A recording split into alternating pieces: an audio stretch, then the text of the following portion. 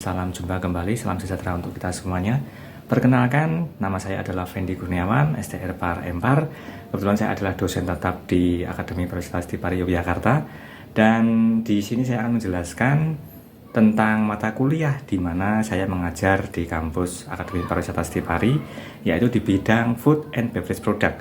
Utamanya adalah di materi untuk Basic Cooking, di mana Basic Cooking ini adalah materi yang saya ajarkan di paling dasar, di mana di dalam Basic Cooking ini ada materi-materi yang sudah kita siapkan di dalamnya, yaitu meliputi untuk history, food service industry, kemudian ada struktur organisasi yang berada di kitchen, dan kemudian juga nanti ada job description daripada struktur organisasi yang ada, dan berikutnya adalah tentang hygiene sanitasi yang ada di kitchen itu seperti apa, dan berikutnya juga nanti berkaitan dengan Mise en Place, seperti itu.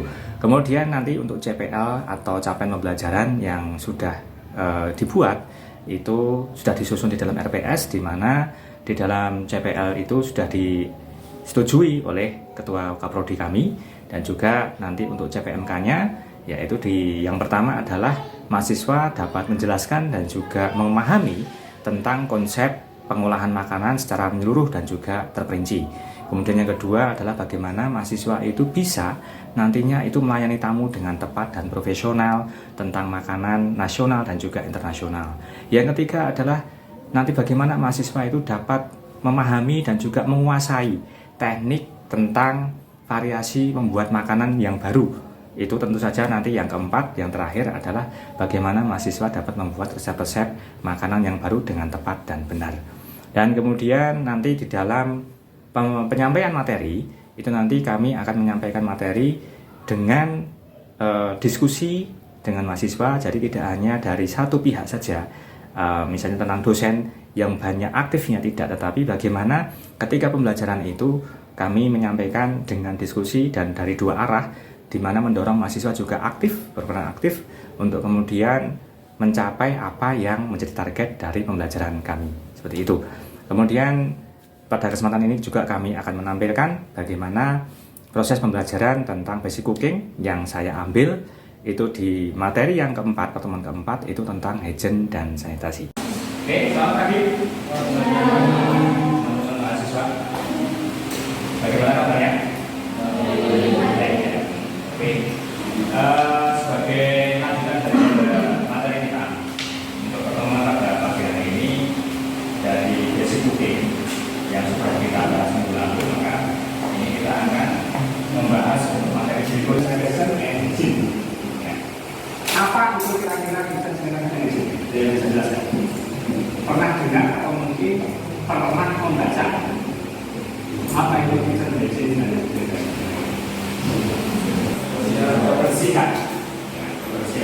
Kebersihan apa? Ya, kalau di sini ada bahan material sayuran yang kemudian dicuci, ya ini adalah bagian daripada menjaga area. Sanitasi itu nanti berhubungan sebenarnya dengan area, ya, area kerja sanitasi itu dengan area kerja, kemudian dengan peralatan kerja, ya. Kemudian ini personal, ya personal juga, kemudian ada equipment, kemudian ada cooking area gimana? Ini kan ya, kan berarti kemarin kita sudah belajar kitchen itu punya beberapa section, ya ada main kitchen, kemudian juga ada dagumansi, ada butcher, dan sebagainya, ya seperti itu. Ini kita bagi lagi ada sauce, ada vegetable, ya kemudian ada sup dan sebagainya itu.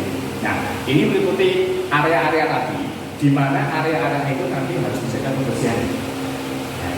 Makanya jangan kalau misalkan kita nanti masuk ke area kitchen di hotel, itu pasti nanti areanya itu akan dijaga sekali dengan kebersihan. Ya, berbeda nanti kalau misalnya kita di rumah, ya kita bersih-bersih, oke, ya kita bersih untuk menjaga kebersihan dapur rumah kita. Tapi standar daripada kebersihan di hotel itu mungkin berbeda. Ya, karena apa? Utamanya adalah untuk menjaga hygiene dan sanitasi itu sendiri. Kemudian personal, apa itu personal? Mas, pribadi, ya. Pribadi. Kalau pribadi berarti apa yang harus kita jaga dari? Oke, uniform, ya seragam. Jadi seragamnya harus bersih. Sekalipun kita bersih apa? Kebersihan badan. Nah, kalau kebersihan badan itu berarti harus gimana? mandi, ya mandi itu penting, ya. Jadi mandi, usahakan mandi itu paling enggak 2 kali sehari, ya. Jangan 1 minggu 2 kali, ya kan. Jadi mandi itu sehari 2 kali itu penting untuk menjaga kebersihan badan kita. Karena kalau misalkan kita nanti kerjanya di kitchen ya dengan situasi yang panas dan sebagainya seperti itu, pasti nanti yang namanya berkeringat pasti berubah di seragam itu harus bersih, badan itu juga harus bersih seperti itu. Selain badan kita harus mandi, yang berikutnya adalah apa lagi? Rambut. Oke, rambut ya untuk cowok harus potong rapi. Itu sebabnya kenapa kalau misalkan kita di hotel itu yang cowok harus potong rapi, ya tidak boleh panjang karena rambutnya naik. Ya karena itu tidak izin, ya ada bagian tubuh kita yang jatuh di sini. Kalau untuk yang cewek biasanya nanti jempol ya, jempol kemudian dikasih bandage itu untuk menjaga supaya rambutnya itu nanti tidak terurai dan kemudian tidak tidak patah. Oke, ya terus apa lagi? Kuku, ya kuku itu harus pendek kemudian bersih, ya karena segala sesuatu yang nanti di kitchen itu kita bekerja menggunakan tangan, ya otomatis ketika kita menyentuh bahan makanan itu harus bersih, ya selain daripada kita mencuci tangan kita ya dengan menggunakan sabun dan air, tetapi faktor daripada sumbernya itu harus kita tanggal dulu ya tetap kuku kita, jangan sampai kuku kita itu nanti kotor. Kita mencuci tangan tapi kita panjang kemudian kotor ya cuma kan seperti itu, ya jadinya harus dalam posisi bersih. Terus apa lagi?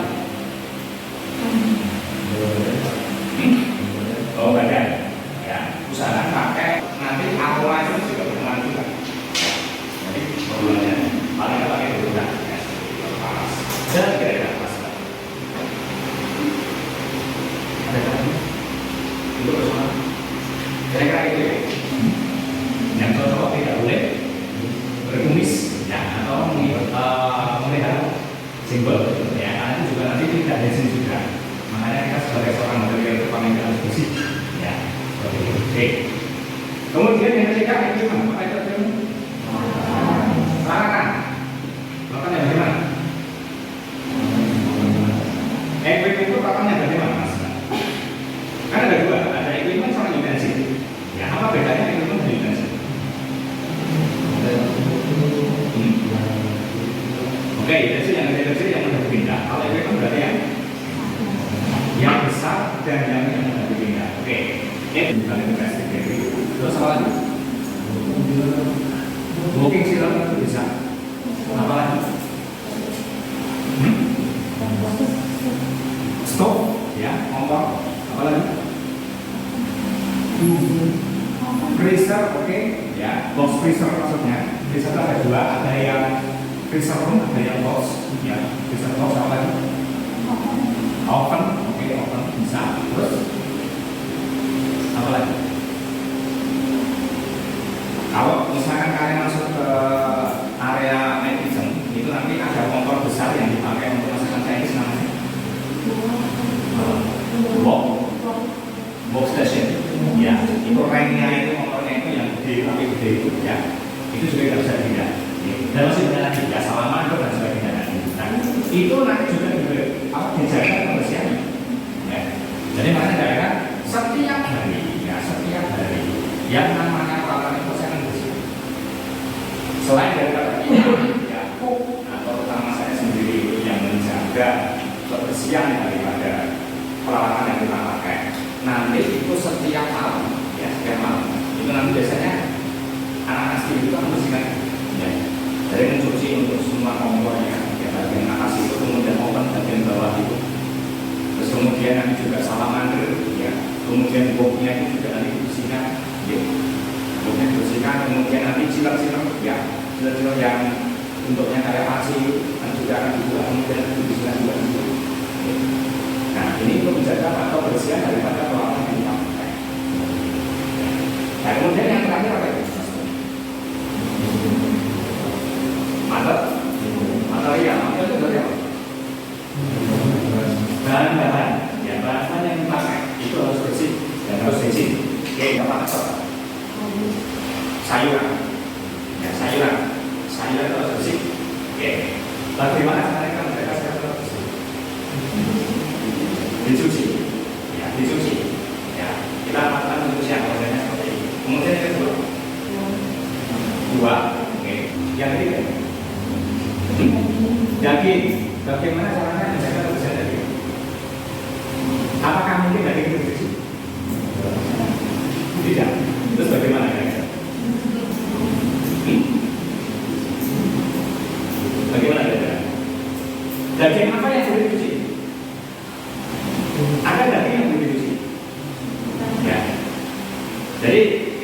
semua daging ya itu tidak boleh dicuci, karena memang itu teksturnya kalau dicuci nanti dia akan rusak seperti itu. Yang kedua adalah kambing, ya itu pun juga tidak dicuci juga. Ya. Terus apa lagi? Apa lagi? Ada domba, ya daging domba itu juga tidak boleh dicuci juga. Kemudian daging sapi muda atau bin, ya itu tidak boleh dicuci. Nah yang boleh dicuci apa? Ikan. Ya ikan seafood itu boleh dicuci. Kenapa? Karena teksturnya tidak daging ayam, itu berbeda dengan teksturnya daging sapi. Karena sekalipun itu dicuci, dia tidak akan rusak daging ayam, tapi berbeda dengan daging sapi. Begitu dicuci, maka nanti dia akan berubah warna, dan ketika dimasak dia akan rusak.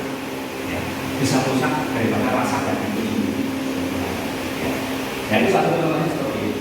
Apalagi daging ayam itu adalah daging yang sangat berbahaya. Ya. Kenapa bisa dikatakan berbahaya? Karena daging ayam itu mengandung banyak salmonella. Ya. Jadi makanya harus dicuci dengan bersih. Kadang-kadang itu ada kulit-kulitnya dan sebagainya. Ya. Ikan juga. Ya. Ikan yang bagian dalam itu juga kalau tidak dicuci bersih itu juga nanti bisa berbahaya. Kenapa? Karena kalau ikan itu tidak bersih, kadang-kadang ikan itu pun juga membawa cacing. Ya, jadi selain daging yang kita tahu, ya sebenarnya macam-macam daging ayam, kemudian ikan itu juga bisa berbahaya juga. Oke, itu bagaimana nanti kita bisa menjaga hygiene, sanitizer dan hygiene-nya di beberapa bagian. Ya. Oke, sanitizer yang bertanya dulu, Mas Mbak. Ada yang mau bertanya dulu untuk materi kita di sini. Kitchen sanitation. Ya. Ini adalah langkah-langkah kerja yang dilakukan dengan tujuan agar makanan yang diproduksi ya, dalam keadaan aman, gimana? Karena terbedas dari dalam bakteri. Ya. Fungsinya adalah itu semua, bebas dari bakteri. Jadi kebanyakan makanan yang mengandung bakteri itu bisa berasal dari tadi ya, faktor luar eksternal, bisa dari peralatan yang tidak bersih, kemudian bisa dari lingkungannya juga, ya, bisa dari orang yang memasak itu, tetapi juga bisa berasal dari internal, ya, dari bahan itu sendiri. Contohnya daging, ya, setiap daging itu pasti nanti akan membawa, ya, paling tidak bakteri di dalamnya. Apakah daging sapi itu ada? Daging sapi bakteri apa? E. coli.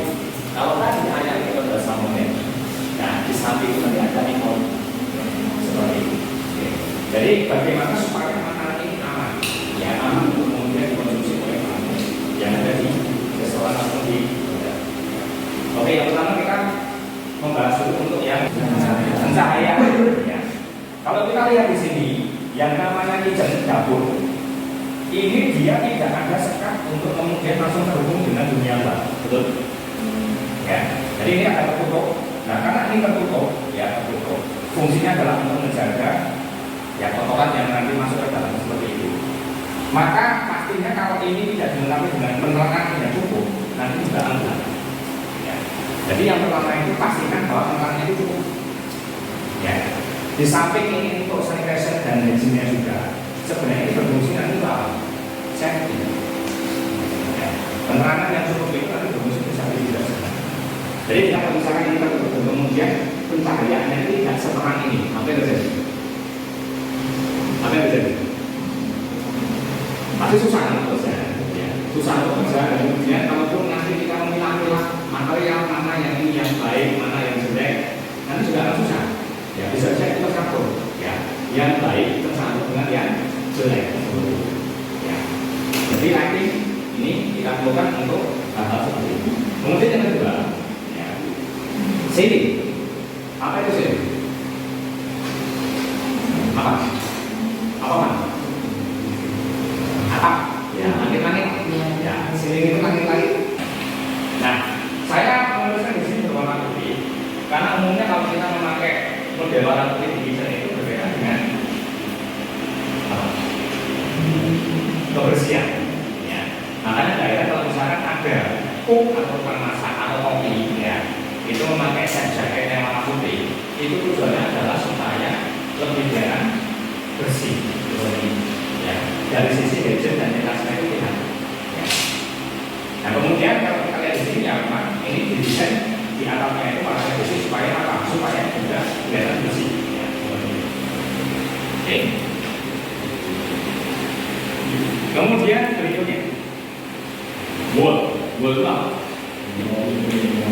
Wall, dinding, ya dinding dilapisi dengan ya biar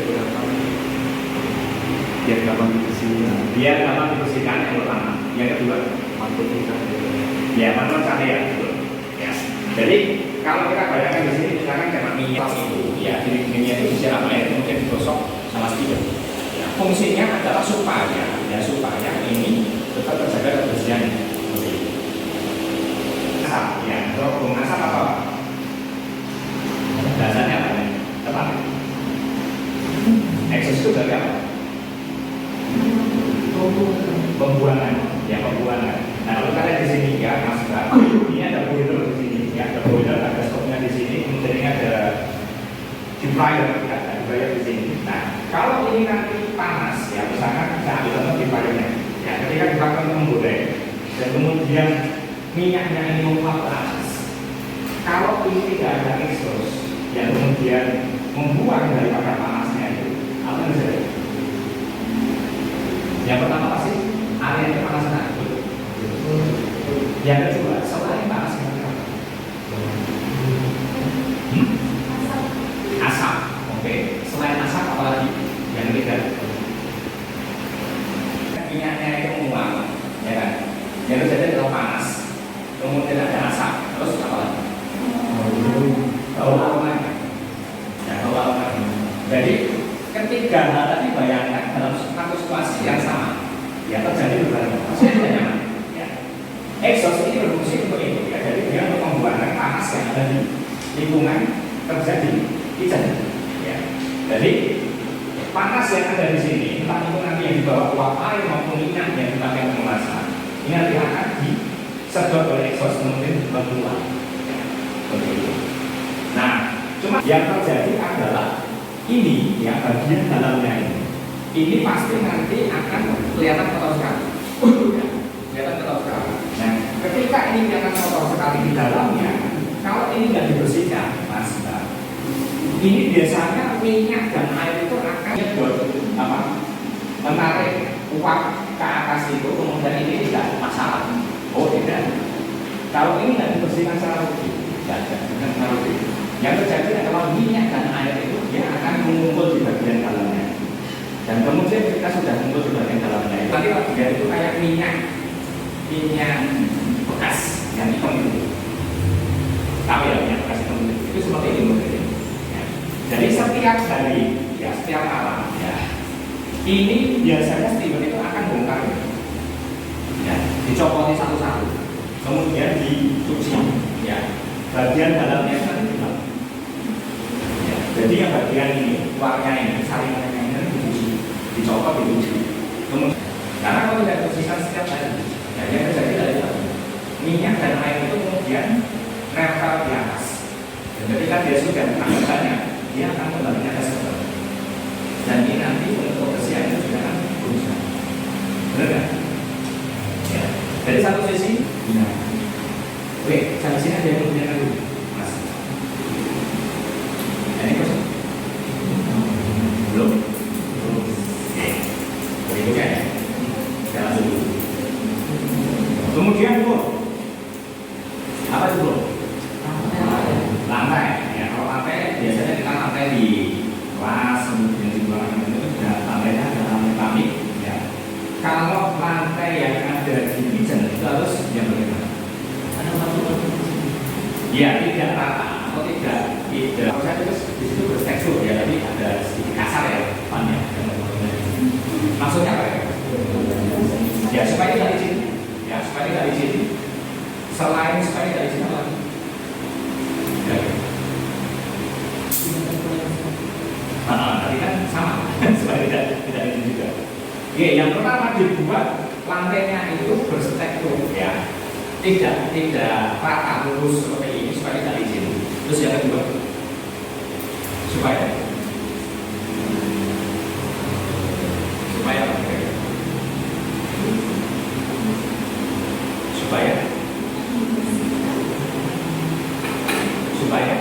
supaya itu mudah dibersihkan. Ya, kenapa kok supaya mudah dibersihkan? Lantai di kelas kita ini dari keramik, betul ya? Kalau keramik, bagaimana cara bersihkannya? Dipel, ya kan? Dipel, kemudian menggoreng, betul ya? Menggoreng dulu, baru kemudian kita bisa masuk ke area ini. Tetapi kalau lantai yang ada di kitchen, ya, terus tadi ya, seperti tadi sini kenapa? Karena setiap hari itu ada air dan minyak yang jatuh ke lantai. Ya, air dan minyak yang jatuh ke lantai. Nah ini kalau misalnya kita pakai septic yang bagus itu, ya, kalau lantainya paling seperti ini pasti akan terasa. Tetapi kalau itu dibuat berstruktur, ya, agak sedikit kasar, maka itu membantu supaya tidak diisi. Yang kedua adalah ketika itu nanti kotor, ya, ketika itu nanti kotor, itu tidak hanya dipel selesai tidak, itu nanti pun disikat tidak masalah, kemudian siram air, ya, dan kemudian nanti kalau kita pun jalan di situ juga masih aman dan itu nanti langsung bisa digunakan. Ya. Beda kalau misalkan kita ngepel satu area, ya, nah ini dipel, gitu kan, bersihkan disapu, dipel kan dulu. Setelah dipel pasti kita luring gitu. Tetapi kalau model dengan lantai seperti itu tidak bisa langsung menyala. Itu bedanya. Oke. Nah biasanya untuk keramik yang ada di hotel, ya, itu nanti bukan keramik yang lebar seperti ini, tapi dia ada keramiknya itu dia yang agak kecil, kemudian dia agak sedikit khas. Ya. Nah fungsinya adalah supaya itu juga menjadi fungsinya. Ya. Dan kemudian itu menyerap air, ya. Kasar tapi yang menyerap air. Jadi tidak kemudian ketika dikasih air kemudian disikat dipel itu kemudian airnya masih di situ enggak. Beda dengan keramik, karena kan kita kasih air kan airnya di situ. Kalau yang di kitchen ya diperkasa supaya dia tetap bisa meresap, airnya.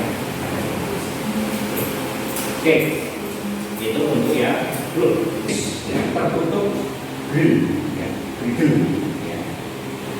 Full dari itu apa? Pembuangan drainase, ya. Nah ini bisa dilihat di sini ya.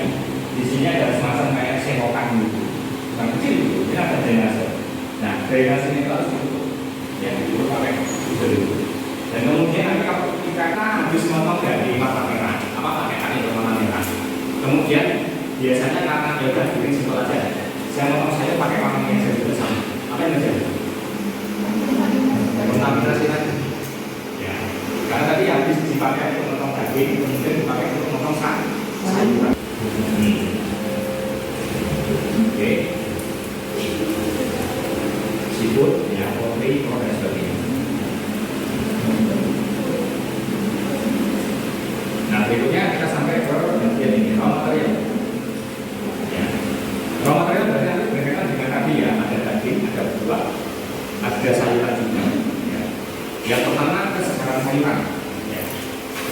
Jadi kita cek dulu dari kesegaran sayuran bagaimana. Apakah sayuran ini benar-benar fresh ketika datang, atau nanti ada bagian-bagian yang memang rusak.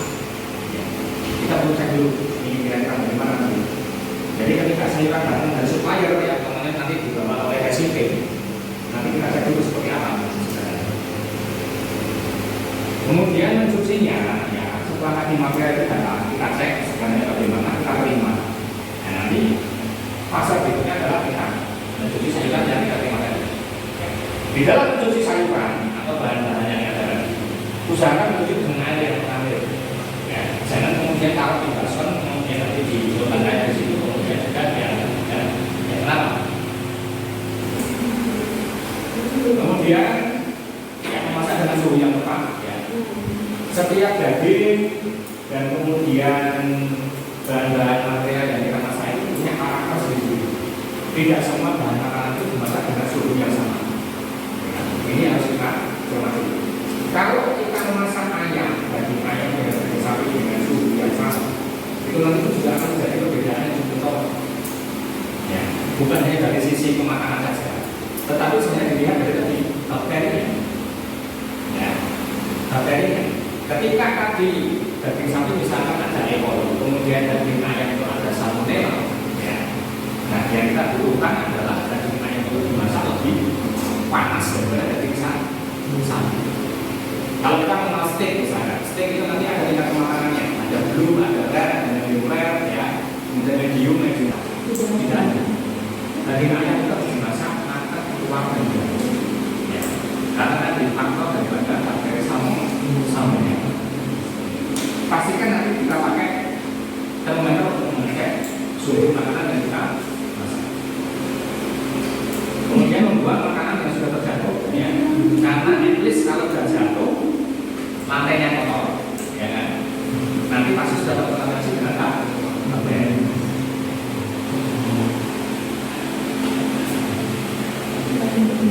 Oke, satu buah bakteri ini, ya, ada food, ya, acidity loh, karena sama, ya.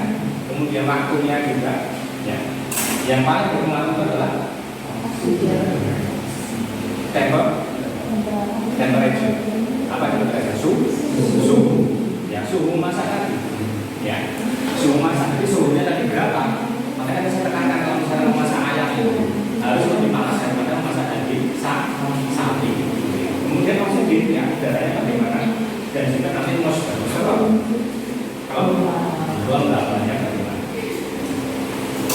Oke, contohnya ya, ada daging, ada telur, ya, ada alkali, natural, asidik, ya, ini masing-masing nanti ada ukurannya.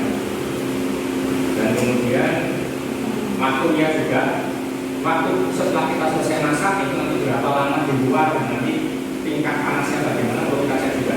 Semakin dia lama, ya, nanti dia akan semakin mendekati yang namanya PDZ, ya, temperature danger zone. Itu harus di atas 60 derajat.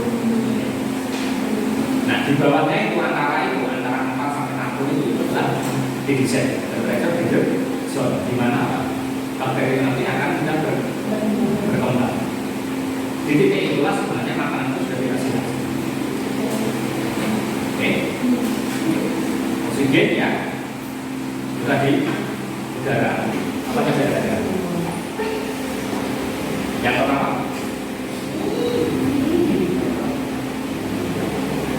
jadi masuk dalamnya ya di sini ya. Itu ada makan yang satu, kemudian tidak diambil roti yang hanya berjamu, ya. Kemudian ini ada sayuran di situ, ada tiga, ya.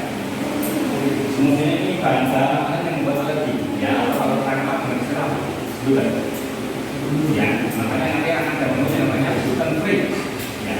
Ini bebas dari tepung, sebenarnya tepung. Ya, ada beberapa orang yang alergi dengan beberapa bahan makanan seperti ini.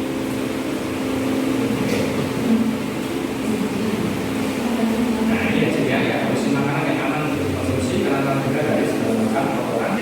Ini adalah hygiene. Oke, adakah yang bertanya, Mas, Mbak? Ada pertanyaan? Tidak ada? Oke, kalau tidak ada, terima kasih. Dan nanti kita akan ketemu nanti di pembelajaran berikutnya. Ya, terima kasih dan selamat